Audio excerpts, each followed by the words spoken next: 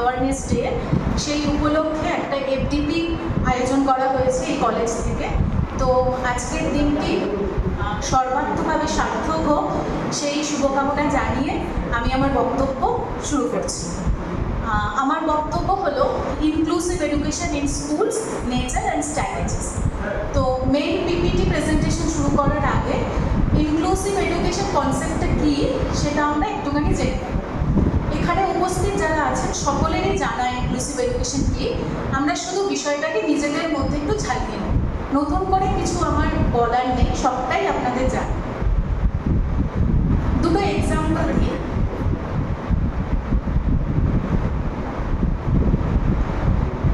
একটি 11 বছরের ছেলে যার নাম বাণীকণ্ঠ সিংহ রায়। বাবা মা আদর করে তার নাম রেখেছিল বাণীকণ্ঠ, কিন্তু তার মুখে কোনো বাণীও ছিল না, কোনো ভাষাও ছিল না। সে কথা বলতে পারতো না, শুনতে পারতো না, এটা ছিল তার অক্ষমতা। কিন্তু তার সাথে তার অনেক সক্ষমতাও ছিল। সেগুলো কি, সে খুব ভালো খেলতে পারতো। স্কুলে যখন ক্রীড়া প্রতিযোগিতা হতো তখন খেলাধুলায় সে বেশ পারদর্শী ছিল।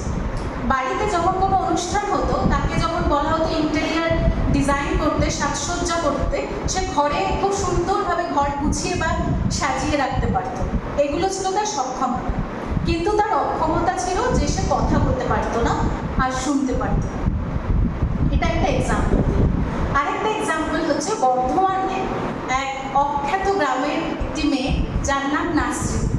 নাসরিনের ছোটবেলায় গভীর একটা অসুখ হয় এবং সেই অসুখে সে তার দৃষ্টিশক্তি হারিয়ে ফেলে এবং চলাফেরার ক্ষমতাও হারিয়ে ফেলে। কিন্তু তার মা বাবার মধ্যে একটা অদম্য জেদ ছিল এবং তারা খুব নাছোড়বান্দা ছিলেন যে নাসরিনকে জীবনে দাঁড় করিয়েই ছাড়বে।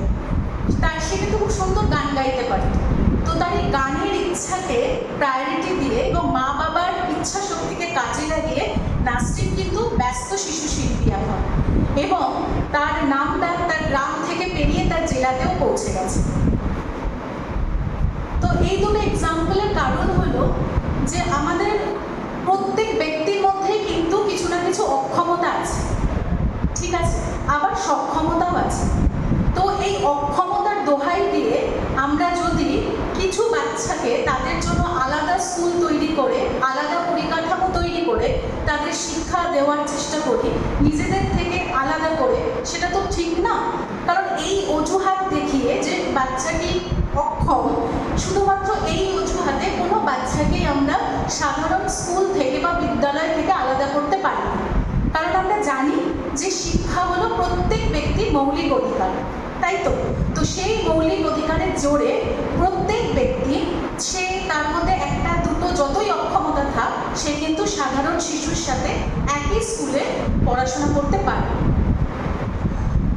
আমরা জানি যে শিক্ষা হলো একটা জীবনব্যাপী প্রক্রিয়া। তোমরা সবাই পড়েছো, বিএডে ডিএডে এডুকেশনে আমরা যখনই পড়া শুরু করি, আমাদের শুরুই হয় ফার্স্ট চ্যাপ্টার থাকে গ্রোথ অ্যান্ড ডেভেলপমেন্ট, যেখানে আমাদের এডুকেশনের সংকীর্ণ অর্থ, ব্যাপক অর্থ, এডুকেশন শব্দটি কোথা থেকে এসছে, এগুলো দিয়ে আমাদের কোর্স স্টার্ট হয়, তাই তো। তো শিক্ষা যদি একটা জীবনব্যাপী প্রক্রিয়া হয়, তাহলে সেই প্রক্রিয়া আমাদের শেখায় আমরা কিভাবে অভিযোজন করব, আমরা কিভাবে অ্যাডজাস্ট করব। অ্যাডজাস্ট করব কার সাথে? অ্যাডজাস্ট করব আমার নিজের সাথে, অন্য ব্যক্তির সাথে, পরিবেশের সাথে, সমাজের সাথে, সংস্কৃতির সাথে। এবং এই অ্যাডজাস্টমেন্ট শিখতে গেলে ফর্মাল এডুকেশনে যে প্রাতিষ্ঠানিক শিক্ষা প্রতিষ্ঠান এই অ্যাডজাস্টমেন্ট শেখায়, সেটি হলো বিদ্যালয় বা শিক্ষালয়। তাহলে যদি শিক্ষা প্রত্যেক ব্যক্তির মৌলিক অধিকার হয়, যদি শিক্ষা একটি জীবন বিকাশের প্রক্রিয়া হয়, তাহলে একটি এমন শিশু যার মধ্যে হয়তো অক্ষমতা আছে, তাকে কেন আমরা আলাদা করে আলাদা স্কুলেই রাখবো? তাদেরকে কেন আমরা একই সাথে একই স্কুলে পাঠদানের ব্যবস্থা করব না, শুধুমাত্র তার অক্ষমতা আছে বলে? তাহলে সেই অক্ষমতাগুলোকে ব্যক্তি রেখে সামগ্রিকভাবে যৌথ প্রতিষ্ঠা করে, সেই যৌথ প্রতিষ্ঠা হতে পারে সরকারি দিক থেকে, বেসরকারি দিক থেকে, বা হতে পারে সমাজের বিভিন্ন মানিগুণী ব্যক্তিদের দিক থেকে, বিভিন্ন স্কুল, বিদ্যালয়, মহাবিদ্যালয়, বিশ্ববিদ্যালয়ের যারা কর্মকর্তা তাদের দিক থেকে সবাই মিলে একসাথে আমরা যে উদ্যোগ, যে প্রতিষ্ঠা নিয়ে যে চেষ্টা নিয়ে আমরা একই ছাদের তলায় সমস্ত শিশুকে নিয়ে আসি, সেই উদ্যোগ, সেই প্রচেষ্টার নামই ইনক্লুসিভ এডুকেশন বা অন্তর্ভুক্তিমূলক শিক্ষা। তো অন্তর্ভুক্তিমূলক শিক্ষা, স্পেশাল এডুকেশন এবং ইন্টিগ্রেটেড এডুকেশন, এই তিনটে কনসেপ্টের মধ্যে একটু আমাদের তালগোল পাকিয়ে যায়। তো একটু আমরা এই তিনটে কনসেপ্টকে আলাদা করে নিই। একদম প্রথমে হচ্ছে স্পেশাল এডুকেশন বা বিশেষ শিক্ষা। স্পেশাল এডুকেশন, এই নামটা থেকেই আমরা বুঝতে পারছি বিশেষ শিক্ষা মানে বিশেষ শিশুদের নিয়ে শিক্ষা। তো এই বিশেষ শিশু কারা? যাদের মধ্যে কিছু না কিছু অক্ষমতা আছে, হয় সে শারীরিক প্রতিবন্ধী কিংবা মানসিক কিংবা সামাজিক কিংবা বৌদ্ধিক, ঠিক আছে, কোনো না কোনো প্রতিবন্ধকতা তার আছে।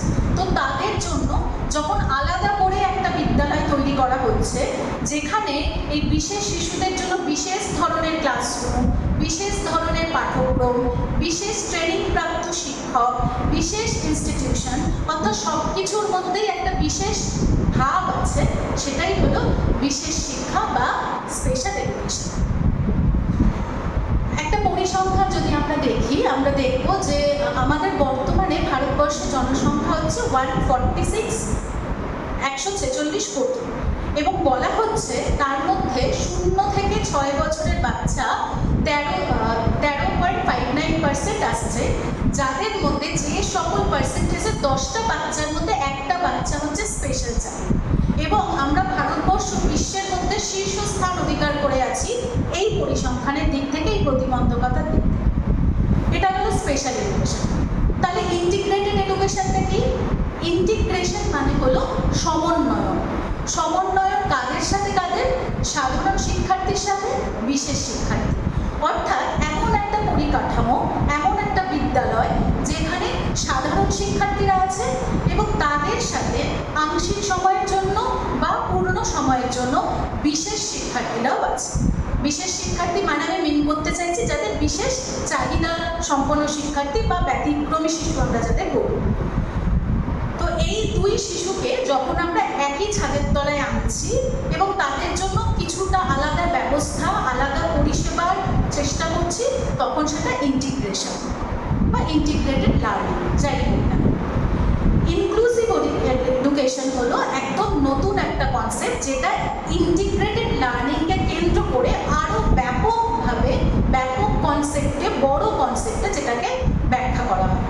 যেখানে বলা হচ্ছে যে বিশেষ চাহিদা সম্পন্ন শিক্ষার্থী বা ব্যতিক্রমী শিক্ষার্থী বলতে কেবলমাত্র যাদের প্রতিবন্ধকতা আছে তারাই নয়, যারা ড্রপ আউট তারা, যারা পথ শিশু তারা, যারা বস্তি অঞ্চলে বসবাস করে শিশু তারা, যাদের মেরিট একটু হলেও কম বুদ্ধি সম্পন্ন তারা, যারা সমাজের marginalised section of the society তারা, যারা প্রান্তিক অঞ্চল থেকে আসছেন তারা, যারা এসসি এসটি ওবিসি বা ব্যাকওয়ার্ড ক্লাসেস তারা, অর্থাৎ সমাজের প্রত্যেক ধরনের শিশু এবং গিফটেড এবং ট্যালেন্টেড চাইল্ড সবাইকে একই ছাদের তলায়, একই শিক্ষা প্রতিষ্ঠানে, একই পাঠ্যক্রমে, একই শিক্ষকের সহায়তায়, একই নির্দেশদান পদ্ধতিতে যখন আমরা শিক্ষা দেওয়ার চেষ্টা করব, সেটাই হলো অন্তর্ভুক্তিমূলক শিক্ষা বা ইনক্লুসিভ এডুকেশন। ঠিক আছে?